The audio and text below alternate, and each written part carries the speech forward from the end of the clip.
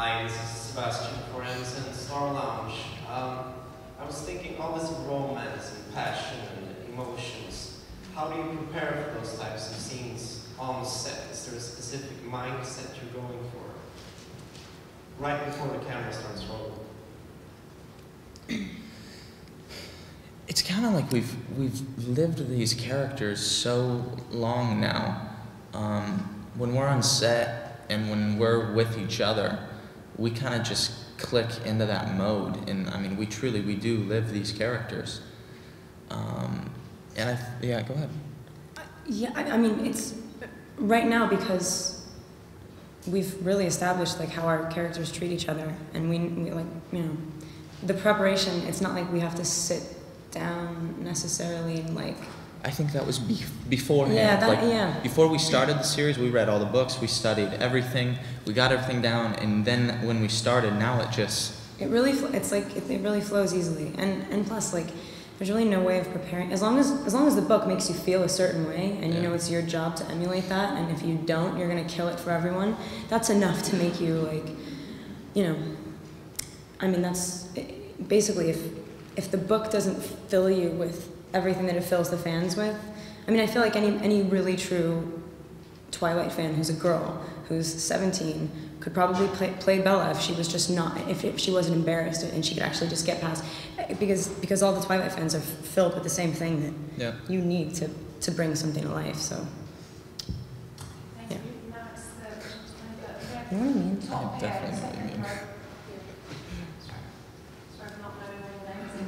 Hi, I'm Ronnie from Swedish gay magazine QX. Why do you think that there aren't any gay characters in the Twilight series? It's a good question. That is a good question. I don't know, I didn't write it. I think it'd be a good question for Stephanie Meyer. Yeah. Yeah. Have you ever heard of the question before? No. I know. Never. That is a first. That is definitely a first. Sorry, next question. You're next. Hi, my name is Liv. I'm from daily newspaper Expressen. Kristen, Bella Swan is a character that teenage girls all over the world love and relate to. What do you think is so relatable about her? I don't know, I think there's...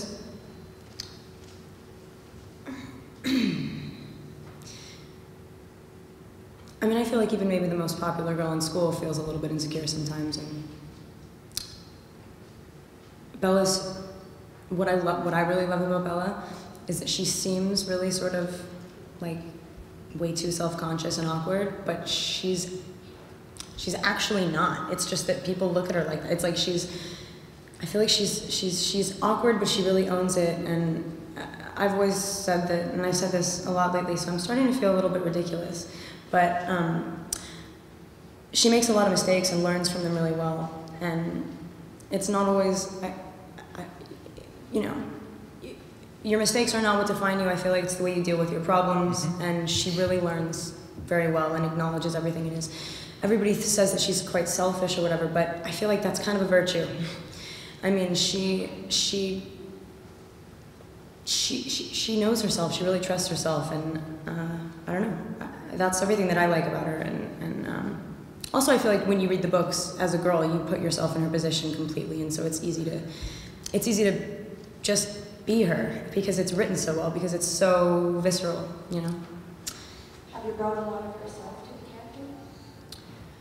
Yeah, I mean, I guess I can't.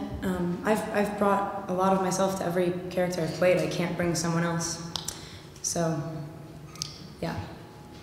Thank you. Next up, go to the white seat in the second row. My hair is really annoying me. Go ahead. Yes. I'm Erika from Canal Fem, and I want to ask Taylor, do you think it's ungrateful to always play the one who never gets the girl? It's a bummer. I don't know. I respect Jacob, and I think it's kind of fun, just because he's a hard worker and he's a fighter, and I do feel bad for him a lot, especially in Eclipse, because he's always been fighting, but in Eclipse he gets the closest he ever has been. I mean, the kiss on top of the mountain, right there. Jacob thinks it's done. He's got her. Bye-bye, Edward. Not so much. He always gets told no over and over again, and it's tough. But I feel that's what makes Jacob who he is, and it's challenging as an actor. But I like challenges, so I wouldn't change it if I could. And I want to ask Kristen, what is the craziest thing a fanatic Twilight fan has ever done to you?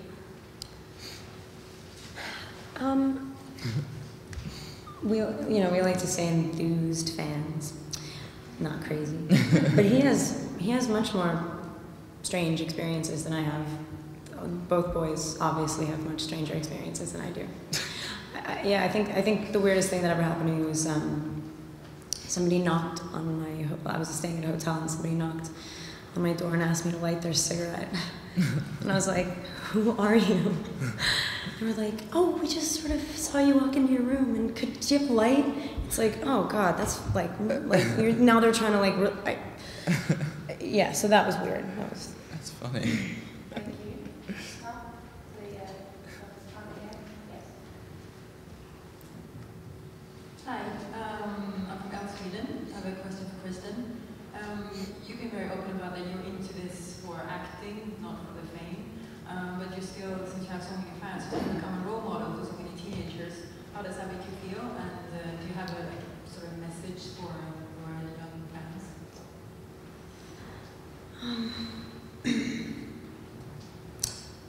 I mean, it's a huge compliment. I feel like Bella's definitely a role model, and I mean, I don't know. I don't have the only thing that I can say for sure is that I really try to be honest about everything, or else at the end of the day I would hate myself. I wouldn't be able to do the job anymore. And sometimes you get slack. I get slack for that. Whatever.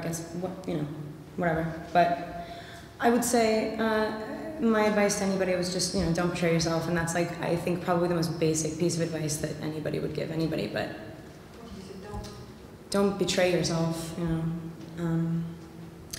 Yeah. But it's weird being a role model. It's sort of what I think is cool is that people choose their own role models. So I don't necessarily feel personally responsible, but I feel like she's awesome.